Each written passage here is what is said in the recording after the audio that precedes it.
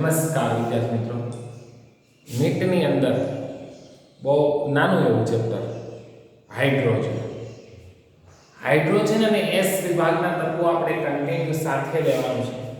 એટલે એમસીક્યુ ની અંદર આપણે હાઇડ્રોજન અને એસ વિભાગના તત્વો છે ને એમસીક્યુ આપણે સાથે લઈશું. હાઇડ્રોજન નામનું ચેપ્ટર છે, એમાંથી એક પ્રશ્ન પૂછાય છે અથવા તો નથી પૂછાતો. ક્યારેક ક્યારેક એક પ્રશ્ન પૂછાયેલો છે, ગયા વર્ષે જેમ કે એક પ્રશ્ન પૂછાયેલો છે. એક એમસીક્યુ પૂછાય છે ને ચેપ્ટર નાનું હોય તો આપણે નકારી ન શકાય.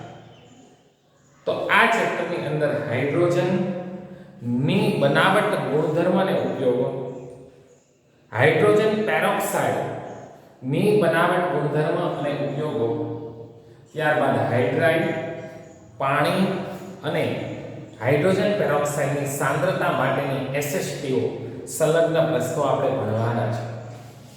તો સર્વપ્રથમ વિદ્યાર્થી મિત્રો આપણે શરૂઆત કરીએ કે આવક કોષ્ટકમાં હાઇડ્રોજનનું સ્થાન. તમે જાણો છો કે હાઇડ્રોજનનું આવક કોષ્ટકમાં સ્થાન અનિશ્ચિત છે, નક્કી નથી, વચ્ચે રાખેલું છે. આધુનિક આવક કોષ્ટકની અંદર હાઇડ્રોજન છે એને આપણે વચ્ચે બતાવીએ છીએ. હાઇડ્રોજનના કેટલાય ગુણધર્મ એવા છે જે પ્રથમ સમૂહને મળતા આવે છે. તો હાઇડ્રોજનના એવા કયા ગુણધર્મ છે જે પ્રથમ સમૂહને મળતા આવે છે? તો જો પહેલા તો ઇલેક્ટ્રોન રચના. આ સમૂહ નંબર 1 ના તત્વો છે જેને આપણે આલ્કલી ધાતુ તત્વો કહીએ છીએ. લિથિયમ, સોડિયમ, પોટેશિયમ વગેરેની ઇલેક્ટ્રોન રચના 1s1 છે. આપણે કહી શકીએ ns1 છે. તો હાઇડ્રોજનની પણ આવી રીતના છે 1s1. લિથિયમ, સોડિયમ, પોટેશિયમ વગેરેની સંયોજકતા +1 છે. હાઇડ્રોજનની પણ સંયોજકતા +1 છે. આલ્કલી ધાતુ તત્વો છે જે પ્રથમ સમૂહના એ ઓક્સિજન સાથે જોડાઈને ઓક્સાઇડ બનાવે છે, Na2O. એમાં હાઇડ્રોજન પણ H2O પ્રકારના ઓક્સાઇડ બનાવે છે.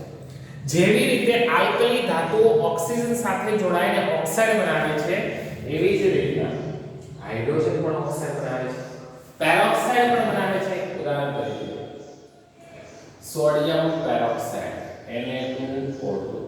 તો આપણે હાઇડ્રોજન શું લેશું? H2O2. તો આ એવી બાબતો હતી જે હાઇડ્રોજનને આલ્કલી ધાતુ સાથે સમાન ગુણધર્મો બતાવે. તો કેટલાક એવા ગુણધર્મો છે જે આલ્કલી ધાતુથી હાઇડ્રોજનને અલગ બતાવે. તો હાઇડ્રોજન સમૂહ નંબર 1 ના ધાતુઓથી કઈ રીતે અલગ પડે છે? કેટલીક બાબતોમાં અલગ પડે છે.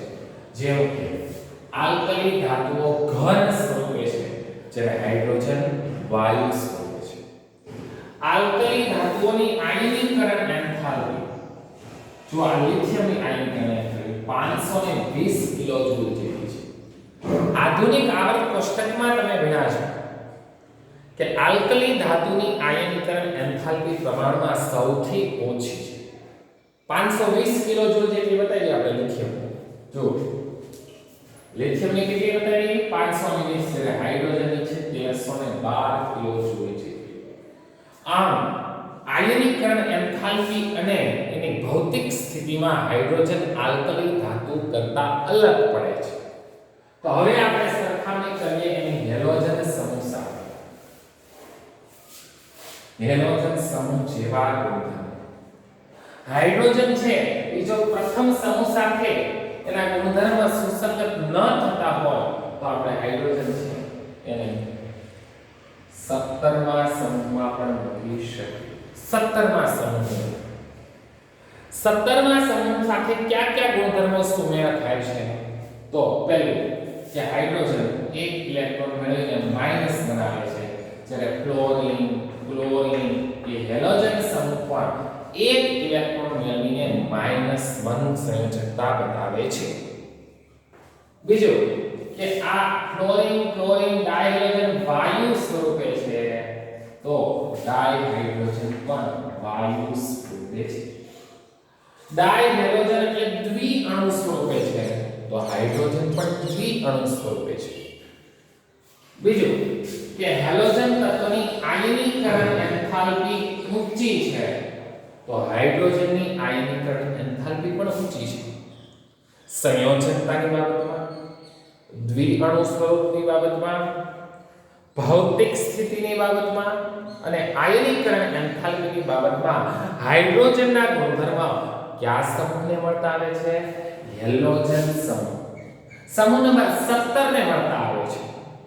તો કેટલાય ગુણધર્મો એવા છે જે હાઇડ્રોજનને હેલોજન તત્વથી પણ અલગ બતાવે છે. હાઇડ્રોજનને હેલોજન તત્વથી પણ અલગ બતાવે છે. તો હેલોજન તત્વ છે એ કેવા છે? રંગીન છે, જ્યારે હાઇડ્રોજન રંગવિહીન છે. બરાબર, અહીંયા ક્યાં આવશે? હાઇડ્રોજન રંગીન છે, જ્યારે હાઇડ્રોજન છે એ કેવા છે? રંગવિહીન છે. હાઇડ્રોજન રંગવિહીન છે. હેલોજન તત્વો પ્રબળ ઓક્સિડેશન કરતા છે, એટલે બીજા સંયોજનોનું ઓક્સિડેશન કરે છે. જેને ખાસ યાદ રાખવાનું છે, હાઇડ્રોજન ઉમેરાય એને શું કહેવાય? રિડક્શન. એટલે બીજા સંયોજનોમાં હાઇડ્રોજન ઉમેરાતો હોવાથી આ હાઇડ્રોજન છે એ પ્રબળ રિડક્શન કરતા છે. હાઇડ્રોજન સંયોજનો પ્રબળ રિડક્શન કરતા તરીકે વર્તે છે. હાઇડ્રોજન સંયોજનો બીજામાં હાઇડ્રોજન ઉમેરતા હોવાથી કહી શકાય કે પ્રબળ રિડક્શન કરતા છે.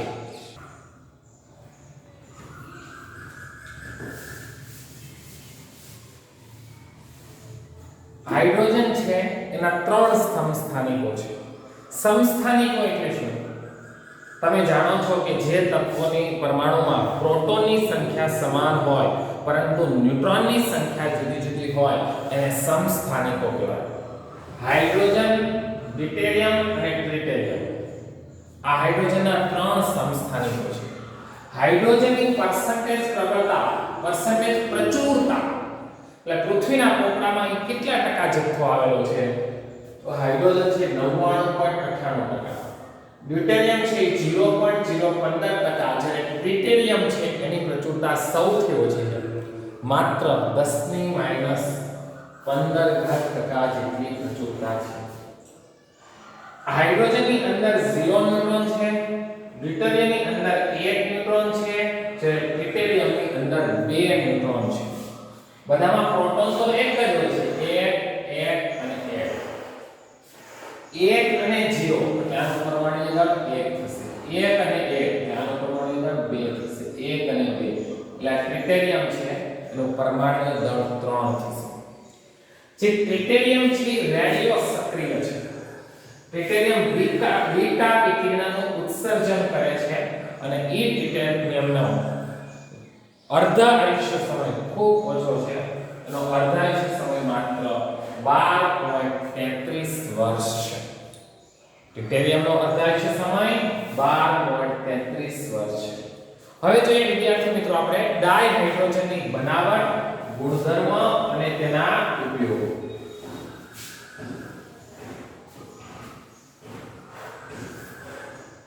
તો હાઇડ્રોજન બને ક્યારે?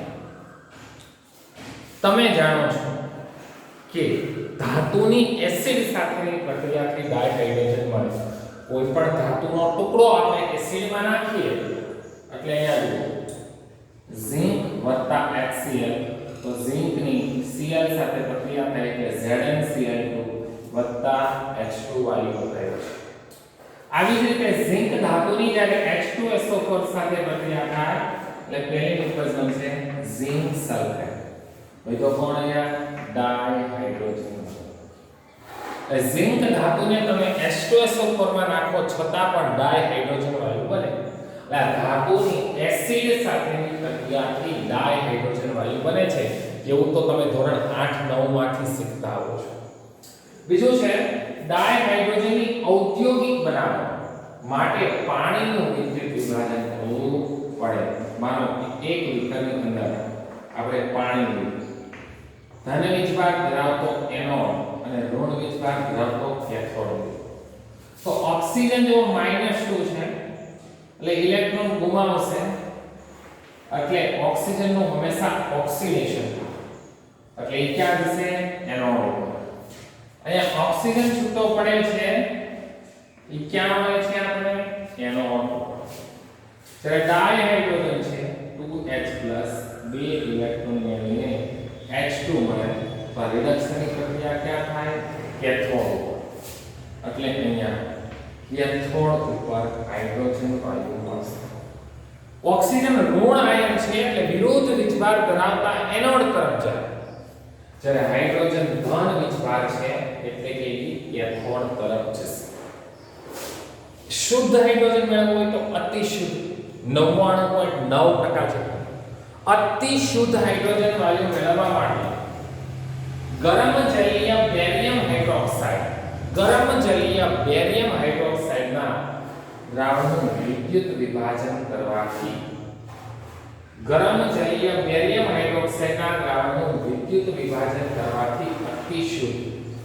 અતિ શુદ્ધ ડાયહાઇડ્રોજન વાયુ મેળવી શકાય છે ત્યાર પછીના મુદ્દાઓ જોઈએ છેલ્લી બરાબર છે કે જળ વાયુ એટલે શું તો તમે જાણો છો કે કાર્બન મોનોક્સાઇડ અને ડાયહાઇડ્રોજન વાયુનું મિશ્રણ છે એને જળ વાયુ કહેવાય એની પાણી સાથે પ્રક્રિયા થાય એટલે કાર્બન ડાયોક્સાઇડ અને હાઇડ્રોજન વાયુ છૂટવા પડે છે આ જળ વાયુની 673 કેલ્વિન તાપમાને અને આયન ક્રોમેટ ઉદ્દીપકની હાજરીમાં પ્રક્રિયા કરવાથી આપણે ડાયહાઇડ્રોજન વાયુ મેળવી શકીએ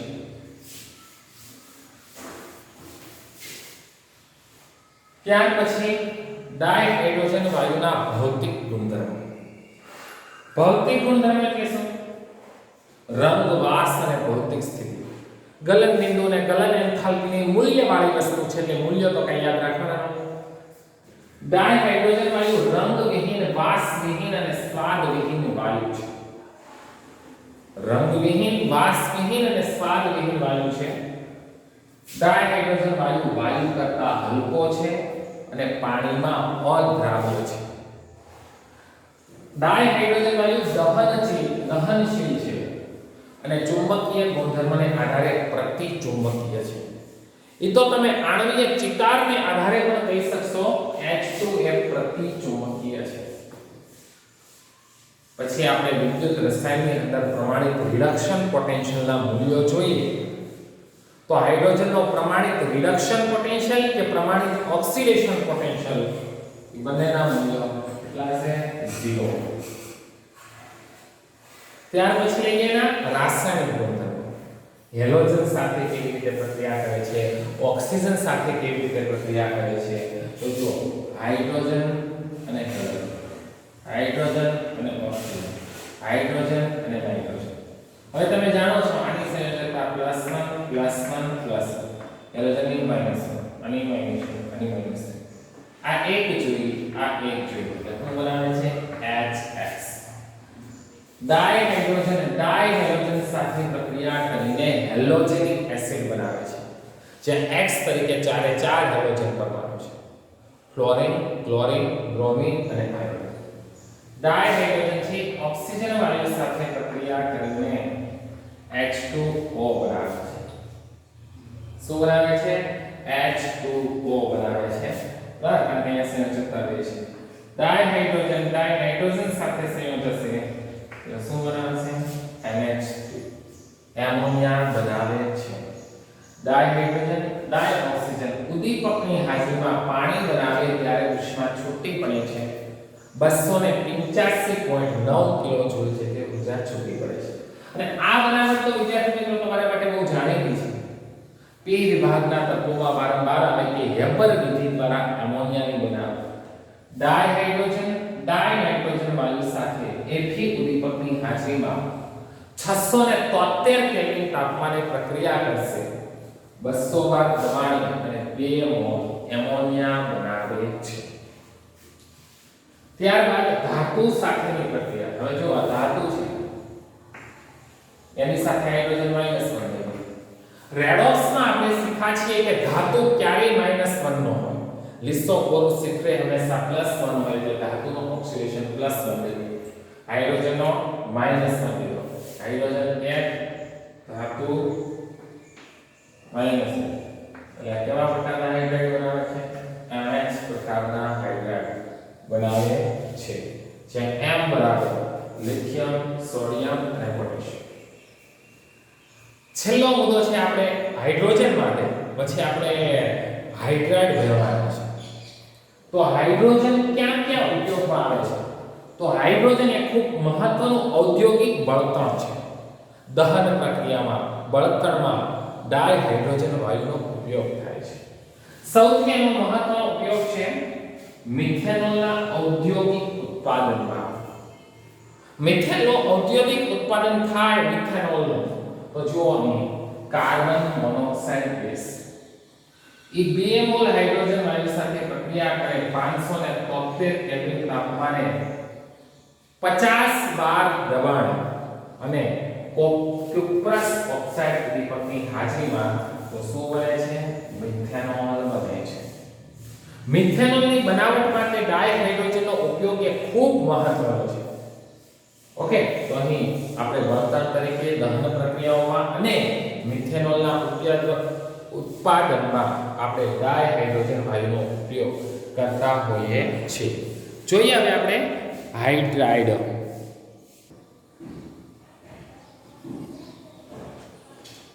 વિદ્યાર્થી મિત્રો ત્યાર પછીનો મુદ્દો આપણે જોઈએ તો હાઇડ્રાઇડ હાઇડ્રાઇડ એટલે શું કે આધુનિક આવર્ત કોષ્ટકના S P D અને F વિભાગના તત્વો જ્યારે હાઇડ્રોજન સાથે જોડાય છે ત્યારે કેવા સંયોજનો બનાવે છે તો પહેલું S વિભાગ લિથિયમ સોડિયમ પોટેશિયમ વગેરે આલ્કલી ધાતુઓ બેરિલિયમ મેગ્નેશિયમ કેલ્શિયમ વગેરે આલ્કલી અર્ધ ધાતુઓ જ્યારે S વિભાગના તત્વો સાથે જોડાય છે ત્યારે ક્ષારીય હાઇડ્રાઇડ અથવા તો આયનિક હાઇડ્રાઇડ બનાવે છે ઉદાહરણ તરીકે lithium hydride lithium +1 hydrogen - sodium hydride sodium +1 hydrogen - beryllium +2 hydrogen - એ ઘણાય હાઇડ્રાઇડ શૃંખલા સ્વરૂપે હોય છે અહીં જો મેગ્નેશિયમ હાઇડ્રાઇડ છે એની બાજુમાં M લગાવેલું છે એટલે એ શૃંખલા હાઇડ્રાઇડ હોય છે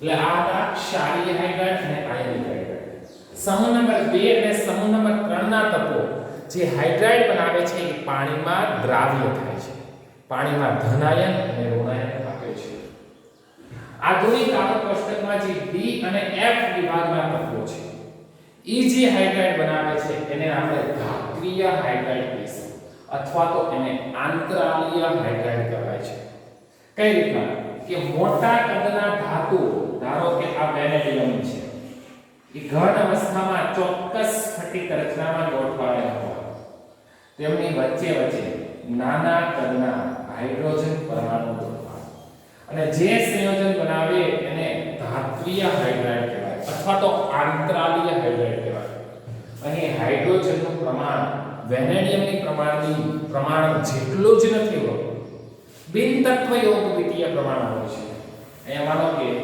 1 વેનેડિયમ હોય ત્યારે હાઇડ્રોજન 1.7 હોય છે એટલે વેનેડિયમના 100 જેટલા પરમાણુ હોય તો હાઇડ્રોજન 170 જેટલા હોય છે અહીંયા આંતરાલીય સ્થાનોમાં ગોઠવાય છે કારણ કે ધાતુઓ છે એ ઘન અવસ્થામાં કઈ રચના ધરાવતા હોય છે ચોક્કસ સ્ફટિક રચના ધરાવતા હોય છે તેના આધારે કહી શકાય કે ધાતુની વચ્ચે નાના કદના અધાતુ પરમાણુ ગોઠવાય છે વિદ્યાર્થી મિત્રો તમે સમજી શક્યા હશો D અને F વિભાગના તત્વોમાં આંતરાલીય સંયોજનો એવી ટૂંકનોંધ બનાવશે vanadium hydride lanthanum hydride vanadium hydride hafnium hydride આ બધા કેવા હાઇડ્રાઇડ છે આંતરાલીય હાઇડ્રાઇડ અથવા તો એને ધાત્વિય હાઇડ્રાઇડ કહેવાય ત્યાર પછી જુઓ આણ્વીય હાઇડ્રાઇડ એ ખૂબ મહત્વના છે જેને આપણે સહસંયોજક હાઇડ્રાઇડ અથવા તો આણ્વીય હાઇડ્રાઇડ કહેવાય છે આધુનિક આવર્ત કોષ્ટકમાં P વિભાગના તત્વો જે હાઇડ્રાઇડ બનાવે છે એ 3 પ્રકારના છે પહેલું અપૂરતા ઇલેક્ટ્રોન વાળા બીજું પૂરતા ઇલેક્ટ્રોન વાળા ઉદાહરણ તરીકે મિથેન અને બીજું છે વધારે ઇલેક્ટ્રોન વાળા જે P વિભાગના તત્વો છે જે સહસંયોજક હાઇડ્રાઇડ છે એને આપણે અહીં 3 પ્રકારે વર્ગીકૃત કરી શકાય. માનો કે બોરોન છે, એક હાઇડ્રાઇડ, આ બે હાઇડ્રાઇડ અને આ 3 હાઇડ્રાઇડ. તો બોરોનની ફરતે ઇલેક્ટ્રોન કેટલા થયા? 6 જ. 2 4 અને 6. આ બીજો બોરોન, આ એક હાઇડ્રાઇડ, આ બીજો હાઇડ્રાઇડ અને આ ત્રીજો. કેટલા થયા? 6. એટલે શું કરી શકાય? દ્વિઅણુ સ્વરૂપે ભેગા થઈ જાય. એટલે એમાં ઇલેક્ટ્રોન ઘટે છે એટલે ઇલેક્ટ્રોન યુગ્મ મેળવશે. આવા જે હાઇડ્રાઇડ છે એને આપણે અપૂરતા ઇલેક્ટ્રોન વાળા હાઇડ્રાઇડ કહી શકાય. ઉદાહરણ તરીકે બોરોન હાઇડ્રાઇડ, એલ્યુમિનિયમ હાઇડ્રાઇડ. પૂરતા ઇલેક્ટ્રોન વાળા કાર્બનની ફરતે જુઓ 4 કેટલા ઇલેક્ટ્રોન થયા? 8. એટલે કાર્બન છે એ કેટલામાં સમૂહ? 14મો. કાર્બન, સિલિકોન, SiH4 એ જે હાઇડ્રાઇડ છે એને પૂરતા ઇલેક્ટ્રોન વાળા. પછી છે વધારે ઇલેક્ટ્રોન વાળા, માનો કે ઓક્સિજન છે, એક હાઇડ્રોજન, આ બીજો, આ એક જોડ અબંધકારક ઇલેક્ટ્રોન, આ બીજી જોડ અબંધકારક ઇલેક્ટ્રોન, બે જોડ અબંધકારક ઇલેક્ટ્રોન, 2 4 6 અને 8. પછી હાઇડ્રોજન ક્લોરાઇડ છે HF, ઈ પણ આપણે જોઈ શકીએ છીએ હાઇડ્રોજન અને ક્લોરાઇડ, એક જોડ, બે જોડ અને 3 જોડ. એટલે આ વધારે ઇલેક્ટ્રોન વાળા હાઇડ્રાઇડ, ઉદાહરણ તરીકે ઓક્સિજન અને ફ્લોરિનના હાઇડ્રાઇડ. તો આ હતા આપણા હાઇડ્રાઇડ.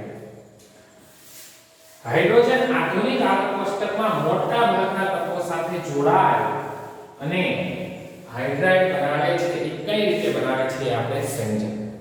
હવે જોઈએ પાણી. પૃથ્વીના પોપડામાં વિશાળ પ્રમાણમાં પાણી છે.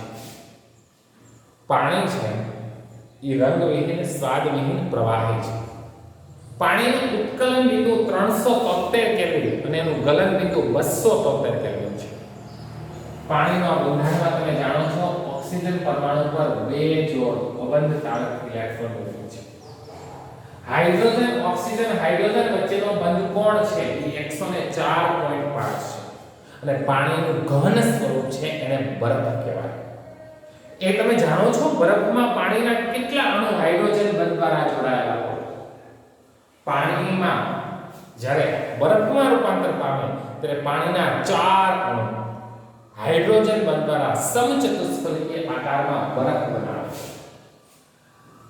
દ્રાવણોની અંદર આપણે જાણ્યા છીએ કે પાણીની મોલારિટી 55.55 મોલર છે.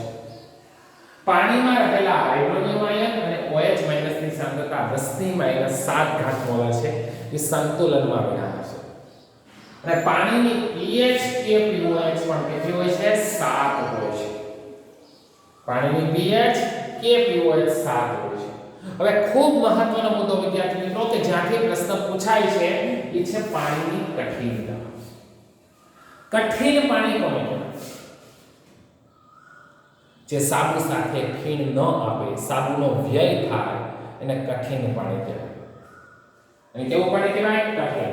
સાબુનું અણુસૂત્ર શું છે? C17H35C double bond ધારો કે આ સાબુ છે. આ સાબુ જ્યારે આપણે પાણીમાં વાપરીએ ત્યારે ધારો કે આ કઠિન પાણી એટલે કે કેલ્શિયમ, મેગ્નેશિયમ ના ક્ષારો. જો પાણીમાં 2 પ્રકારની કઠિનતા છે, સ્થાયી કઠિનતા અને અસ્થાયી કઠિનતા. વિદ્યાર્થી મિત્રો, અસ્થાયી કઠિનતા સરળતાથી દૂર થઈ શકાય પાણી ઉકાળીને કે ગણતરીપૂર્વકનું ચૂનાનું પાણી વાપરીને. તો પહેલા વાત કરીએ આપણે અસ્થાયી કઠિનતા. અસ્થાયી એટલે કાયમી નથી, એને નીકાળી શકાય. તો માનો કે અસ્થાયી કઠિનમાં કેલ્શિયમ અને મેગ્નેશિયમના બાયકાર્બોનેટ ક્ષાર હોય છે. આપણે કેલ્શિયમ લીધો તો શું થશે? આ કેલ્શિયમ આવશે, સોડિયમ દૂર થશે, C17H35C double bond 2 times અને કેલ્શિયમ. બરાબર? અહીંયા શું થતા છે? 2 સોડિયમ પ્લસ. એટલે આ ક્ષાર આવે છે. ફીણ ઉત્પન્ન નથી કરતું.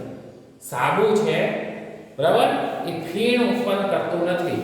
સાબુનો વ્યય જાય છે, સાબુ વેસ્ટ જાય છે. એટલે આ પાણીની કઠિનતા દૂર કરવી પડે. તો પહેલા વાત કરીએ આપણે અસ્થાયી કઠિનતા. કઈ કઠિનતા? અસ્થાયી કઠિનતા. બરાબર.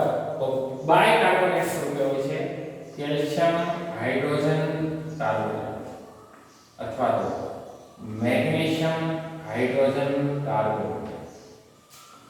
અસ્થાયી કઠિનતા છે એ શેના લીધે હોય છે?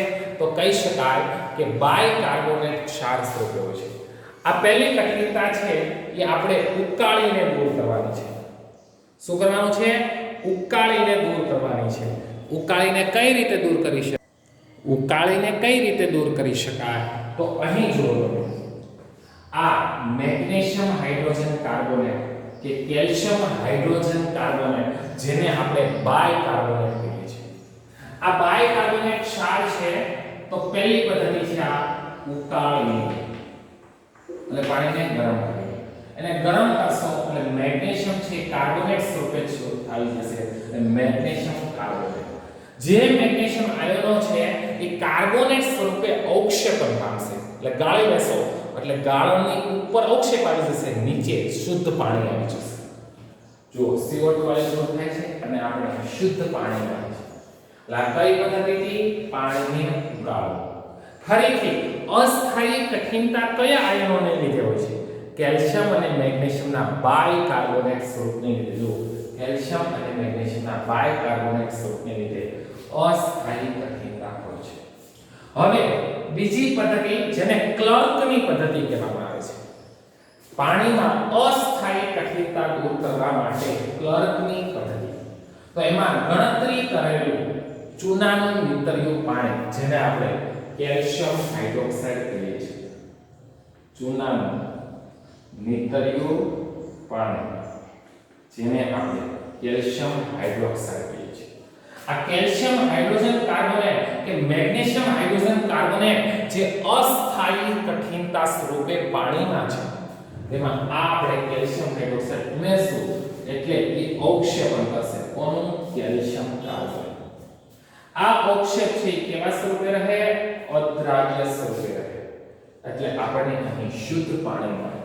આપણે જોયું કે અહીંયા અવક્ષેપણ કરવું પડે કેલ્શિયમ ને મેગ્નેશિયમ.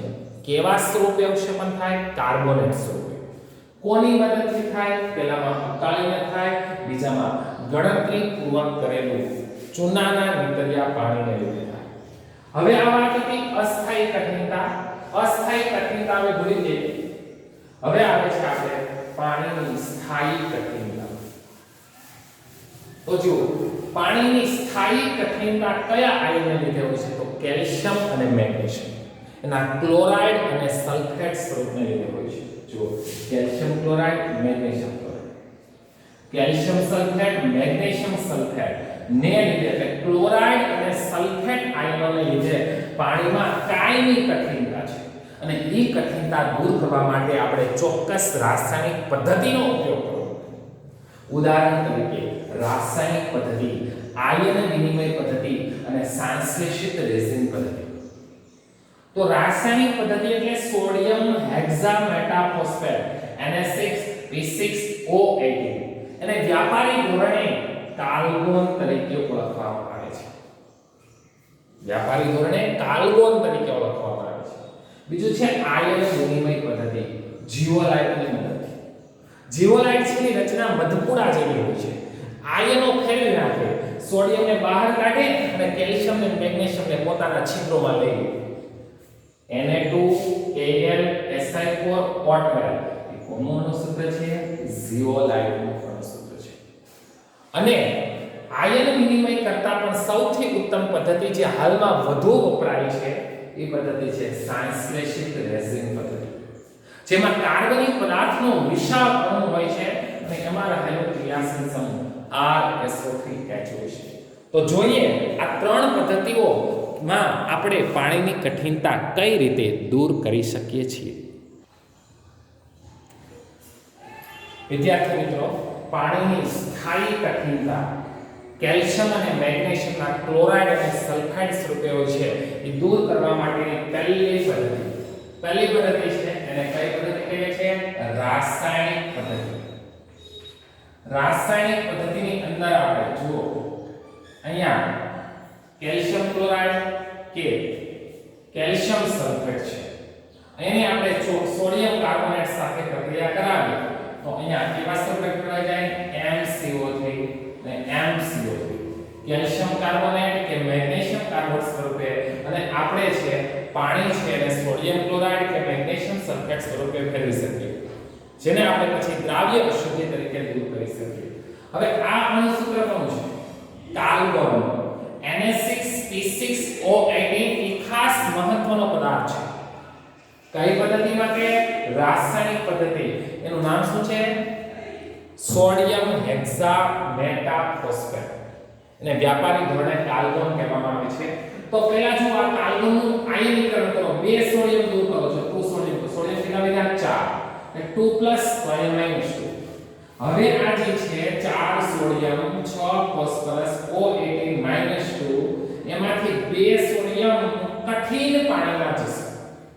4 સોડિયમ લીધા છે, એ પૈકી 2 સોડિયમ કઠિન પાણીમાં જશે, તો કઠિન પાણીમાંથી કેલ્શિયમ +2 આવશે, કારણ કે સોડિયમ 2 જોઈશે. એટલે સોડિયમ પ્લસ જશે 2 એટલે 1 કેલ્શિયમ +2 આવશે. તો ચાલ એમ એટલે કેલ્શિયમ કે મેગ્નેશિયમ, સોડિયમ 4 અપાયમાંથી 2 ગયા, એટલે લીધા કેટલા સોડિયમ? 2. એટલે આપણા કાર્બનમાં શું વધ્યું? 2 સોડિયમ, 1 એમ એટલે કોણ? કેલ્શિયમ કે મેગ્નેશિયમ જે આવ્યો છે P6O18 -2 ના 2 સોડિયમ છે એ કઠિન પાણીમાં ગયા. સોડિયમ જાય છે, કેલ્શિયમ અને મેગ્નેશિયમને લેતો આવે છે. કોની મદદથી? કાર્બનની મદદથી, સોડિયમ હેક્સામેટાફોસ્ફેટની મદદથી. આ પદ્ધતિને આપણે પાણીની સ્થાયી કઠિનતા દૂર કરવા માટેની રાસાયણિક પદ્ધતિ કહીએ છીએ. હવે છે આયન વિનિમય પદ્ધતિ. તો જુઓ, કઠિન પાણીમાં રહેલા કેલ્શિયમ +2 મેગ્નેશિયમ +2 ને સોડિયમ પ્લસ વડે વિસ્થાપિત કરવામાં આવે છે. કઠિન પાણીમાં રહેલા કેલ્શિયમ +2 મેગ્નેશિયમ +2 ને સોડિયમ +2 વડે વિસ્થાપિત કરવામાં આવે છે. તો જુઓ, આ કેલ્શિયમ +2 છે, એ પાણીમાં છે. આ 2 સોડિયમ પ્લસ અને આ Za-. આયન વિનિમય પદ્ધતિમાં જે પદાર્થ વપરાય છે એને જીઓલાઇટ કહેવાય. જીઓલાઇટનું અણુસૂત્ર શું છે? Na2Al Si4O12. રાસાયણિક રીતે જીઓલાઇટ એલ્યુમિનો સિલિકેટ છે. છિદ્રાળુ રચના ધરાવે છે, મધપુરા જેવી રચના હોય. જો આવી રચના હોય, આવા છિદ્રો હોય. આ ઝૂમ કરો ત્યારે આવું દેખાય. હવે આમાં કયા આયનો આવી જશે? સોડિયમ પ્લસ આયનો આવી જશે. કોણ જશે? જો સોડિયમ પ્લસ આયનો છે, સોડિયમ પ્લસ જશે અને કેલ્શિયમ +2 ને લેતા આવ્યા. જો અહીંયા સોડિયમ +2 ગયા અને કેલ્શિયમ +2 આવ્યા. મધપુરા જેવી જીઓલાઇટની રચનામાંથી સોડિયમ +2 કઠિન પાણીમાં જાય છે, અને કઠિન પાણીમાં રહેલા કયા આયનો? કેલ્શિયમ +2 કે મેગ્નેશિયમ આયનો આપણા મધપુરા જેવી રચનામાં આવે છે, એટલે એના પાણીનું શુદ્ધિકરણ થતું જાય છે. ત્રીજી પદ્ધતિ સંશ્લેષિત રેઝિન પદ્ધતિ. રેઝિન એક મોટો કાર્બનિક અણુ છે, બરાબર, જેમાં ધન આયન વિનિમય કરતા તરીકે ઉપયોગમાં લેવાય છે. અહીં સોડિયમ હશે, જુઓ 2RNA, જે R એક કાર્બનિક અણુ છે. અહીંયા 2 શું કામ લીધા? કે 1 કેલ્શિયમ +2 ને લેવો હોય તો 2 સોડિયમ +2 જશે. જુઓ, અહીંયા 2 આલ્કાઇલ સાથે કેમ જોડાણો અને 2 સોડિયમ. સોડિયમ +2 પાણીમાં ગયા અને કાર્બનિક અણુમાંથી સોડિયમ કઠિન પાણીમાં ગયો. કઠિન પાણીમાંથી કેલ્શિયમ +2 અને મેગ્નેશિયમ +2 નું વિસ્થાપન, સ્થળાંતર, વિનિમય કોના દ્વારા થાય છે?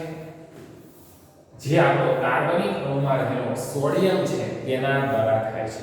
તો વિદ્યાર્થી મિત્રો, ખૂબ મહત્વની પદ્ધતિઓ છે. 3 પદ્ધતિઓ ખાસ સમજવાની છે. હવે આપણે જઈએ આપણા ચેપ્ટરનું છેલ્લું સંયોજન, હાઇડ્રોજન પેરોક્સાઇડ.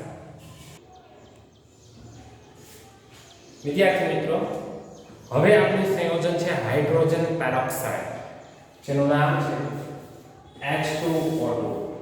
Hydrogen peroxide. હવે જાણો છો બંધારણ હાઇડ્રોજન, ઓક્સિજન, ઓક્સિજન અને હાઇડ્રોજન આવશ્યક છે. બંધ કોણ અને બંધ લંબાઈ યાદ રાખવાની જરૂર નથી. એમાં પેરોક્સાઇડ સ્વરૂપે હોવાથી ઓક્સિજનનો ઓક્સિડેશન આંક -1 હોય છે. હાઇડ્રોજન પેરોક્સાઇડ બને છે કઈ રીતના એની બનાવટ ખાસ અગત્યની નથી, પણ બેરિયમ ઓક્સાઇડ અને H2SO4 વચ્ચેની પ્રક્રિયા. બીજું આપણે સલ્ફરના ઓક્સો એસિડમાં ભણીશું કે વિભાગમાં કે પર ડાઈ સલ્ફ્યુરિક એસિડના વિદ્યુત વિભાજનથી પણ આપણે H2O2 બનાવી શકીએ છીએ. પર ડાઈ સલ્ફ્યુરિક એસિડનું બંધારણ રેડોક્સ પ્રક્રિયાની અંદર આપણે લીધેલું છે. હવે આ હાઇડ્રોજન પેરોક્સાઇડ છે એ પ્રવાહી સ્વરૂપે હોય છે અને એની સાંદ્રતા કદ પ્રબળતાથી દર્શાવેલી હોય છે. જ્યારે આ હાઇડ્રોજન પેરોક્સાઇડ બીજા સંયોજનો સાથે પ્રક્રિયા કરે તો કેટલીક પ્રક્રિયાઓમાં એ ઓક્સિડેશન કરતા તરીકે અને કેટલીક પ્રક્રિયાઓમાં હાઇડ્રોજન પેરોક્સાઇડ રિડક્શન કરતા તરીકે પણ વર્તે છે. મેં એક સમીકરણ આપ્યું છે H2SO3 હાઇડ્રોજન પેરોક્સાઇડ H2SO4 અને H2O. તો હાઇડ્રોજન પેરોક્સાઇડ નો ઓક્સિજન -1 આમાં -2 અને -1 માંથી -2 એટલે પોતાનું રિડક્શન થાય છે તો બીજાનું ઓક્સિડેશન કરે. એટલે આ પ્રક્રિયામાં હાઇડ્રોજન પેરોક્સાઇડ ઓક્સિડેશન કરતા તરીકે વર્તે છે. એના નીચેની પ્રક્રિયા જો પોટેશિયમ પરમેંગેનેટ KMnO એમાં મેંગેનીઝનો ઓક્સિડેશન +7 છે. હાઇડ્રોજન પેરોક્સાઇડ સાથે પ્રક્રિયા થઈને એનું રૂપાંતર મેંગેનીઝ ડાયોક્સાઇડ માં થાય છે. તો મેંગેનીઝ ડાયોક્સાઇડમાં મેંગેનીઝનો ઓક્સિડેશન આંક કેટલો +4 અને KMnO માં મેંગેનીઝનો કેટલો +7 એટલે મેંગેનીઝનું રિડક્શન કરે છે. કોણ કરે છે? Hydrogen peroxide. એટલે આ બીજી જે પ્રક્રિયા છે એમાં પોટેશિયમ પરમેંગેનેટ કેવા કરતા તરીકે રિડક્શન કરતા તરીકે વર્તે છે. તો જો પોતાનું ઓક્સિડેશન થતું હોવું જોઈએ તો ઓક્સિજનનું ઓક્સિડેશન -1 અને અહીંયા 0. પેરોક્સાઇડમાં રહેલા ઓક્સિજનના ઓક્સિડેશન આંકમાં વધારો થાય છે. આ -1 થી 0 થાય છે એટલે એનું શું થાય છે? ઓક્સિડેશન થાય છે. એટલે કહી શકાય કે હાઇડ્રોજન પેરોક્સાઇડ છે એ પ્રબળ ઓક્સિડેશન કરતા તરીકે વર્તે છે. હવે D2O માનો કે H2O હોય તો સાદું પાણી હોય, પણ D2O એટલે હાઇડ્રોજનનો સમસ્થાનિક ડ્યુટેરિયમ જેને આપણે ભારે પાણી તરીકે પણ ઓળખીએ છીએ. આ ભારે પાણીનો ઉપયોગ ન્યુક્લિયર રિએક્ટરમાં મોડરેટર તરીકે અને ડ્યુટેરિયમ સંયોજનો મેળવવા માટે થાય છે. ન્યુક્લિયર રિએક્ટરમાં મોડરેટર તરીકે અને ડ્યુટેરિયમ સંયોજનો મેળવવા માટે D2O નો ઉપયોગ થાય છે. પ્રિય વિદ્યાર્થી મિત્રો, હવે આપણે ખાસ જે ભણવાનું છે એ છે હાઇડ્રોજન પેરોક્સાઇડની સાંદ્રતા સંલગ્ન પ્રશ્ન. 3 SST છે જેમાં ડાયરેક્ટ જવાબ આવે. તમને જો કદ પ્રબળતા ખબર હોય તો એના ઉપરથી મોલારિટી મળી જાય અને મોલારિટી ઉપરથી તમને percentage W/V મળી જાય, અથવા તો મોલારિટી ઉપરથી તમને ગ્રામ પ્રતિ લિટર મળી જાય. ઘણીવાર એમાં કોઈ 10 કદ H2O2 ના ગ્રામ પ્રતિ લિટર શોધો તો અહીંયા 10 મૂકી દેવાનું, એના છેદમાં 11 પર એટલે મોલારિટી મળી જાય અને મોલારિટી ઉપરથી તમને ગ્રામ પ્રતિ લિટર મળી જાય. હાઇડ્રોજન પેરોક્સાઇડનું આણ્વિય દળ કેટલું? તો H2O2 232 કેટલું થશે? 34 ગ્રામ પ્રતિ મોલ. 34 ગ્રામ પ્રતિ મોલ જેટલું આણ્વિય દળ હાઇડ્રોજન પેરોક્સાઇડનું થશે. રાઈટ? તો percentage W/V મોલારિટી ગુણ્યા 34/10. એ પહેલા મારે તમને સમજાવવું છે કે 10 કદ H2O2 આપ્યું હોય તો અર્થ શું થાય? તો STP એ 1 મિલી હાઇડ્રોજન પેરોક્સાઇડના વિઘટનથી 10 ગણો ઓક્સિજન મુક્ત થાય. 20 કદ આપ્યું હોય તો 1 મિલી હાઇડ્રોજન પેરોક્સાઇડનું વિઘટન થાય તો 20 મિલી ઓક્સિજન મુક્ત થાય. હાઇડ્રોજન પેરોક્સાઇડનું વિઘટન થાય છે H2O2 તો H2O + O2 મળે છે. અહીંયા 2 કરવા પડશે, અહીંયા પણ 2 કરવા પડશે. જુઓ આ હાઇડ્રોજન પેરોક્સાઇડના વિઘટનથી આપણને કયો વાયુ મળે છે? ઓક્સિજન વાયુ મળે છે. માની લો એવું લખ્યું હોય કે 30 કદ નો H2O2, તો એનો અર્થ એમ થાય કે 1 લિટર હાઇડ્રોજન પેરોક્સાઇડ હોય તો ઓક્સિજન 30 લિટર આપે, 30 ગણો. બરાબર? તો અહીંયા લખ્યું છે 10 કદ H2O. એનો અર્થ એમ થાય H2 એ 1 મિલી હાઇડ્રોજન પેરોક્સાઇડ હોય તો સામે 10 મિલી ઓક્સિજન આવે, 10 ગણો. હવે કદ પ્રબળતા ગણવા હોય કદ તો મોલારિટી ગુણ્યા 11.2 અને percentage W/V ગણવા હોય, બરાબર? percentage W/V ગણવા હોય તો મોલારિટી ગુણ્યા 34 ના છેદમાં 10 આવશે. તો અહીં મોલારિટી બરાબર ગ્રામ પ્રતિ લિટર ના છેદમાં આની ઘણીવાર કદ આપ્યું હશે અને ગ્રામ પ્રતિ લિટર પૂછે તો કદ ઉપરથી મોલારિટી શોધી લેવાની, મોલારિટી પરથી ગ્રામ પ્રતિ લિટર શોધી લેવાનું. નોર્માલિટી શોધવી હોય તો મોલારિટી બરાબર નોર્માલિટી ના છેદમાં 2. આ બે ત્રણ સૂત્રો યાદ રાખી લો એટલે SST ની મદદથી ગમે તેને ગમે તેમાં ફેરવી શકાય. એક પ્રશ્ન જોઈએ કે 10 મિલી હાઇડ્રોજન પેરોક્સાઇડ નું દ્રાવણ 0.85 ગ્રામ હાઇડ્રોજન પેરોક્સાઇડ ધરાવે છે તો કદ પ્રબળતા શોધો. તો જુઓ કદ પ્રબળતા એટલે V. ચાલો તો કદ મારે શોધવું છે તો m ગુણ્યા 11.2 તો મારે શું શોધવું પડે? મોલારિટી. તો મોલારિટીનું સૂત્ર અહીં ગ્રામ પ્રતિ લિટર ના છેદમાં આણીય દળ. તો ગ્રામ કેટલા છે? તો જુઓ ગ્રામ છે 0.85. બરાબર? આણીય દળ કેટલું છે? 34. લિટર એટલે 10 મિલી છે એટલે લિટરમાં ફેરવો એટલે 0.01. બરાબર? આ 2.5 આવ્યું એટલે અહીંયા મોલારિટી બરાબર 2.5 ગુણ્યા 11.2. બહુ સહેલું છે મિત્રો. 10 મિલી H2O2 ના દ્રાવણ 0.85 ગ્રામ હાઇડ્રોજન પેરોક્સાઇડ ધરાવે છે તો કદ પ્રબળતા ગણો એટલે આ કદ પ્રબળતા. તો મોલારિટી ગુણ્યા 11.2 એટલે શું જોશે? મોલારિટી. તો મોલારિટીના સૂત્રમાં શું જોશે? ગ્રામ પ્રતિ લિટર પ્રતિ આણીય દળ તો ખબર છે 34 અને વજન અને કદ આપ્યું છે એ મૂકી દો. તો આ SST ની મદદથી કોઈ પણ MCQ હશે તો વિદ્યાર્થી મિત્રો એ સોલ્વ થઈ જશે.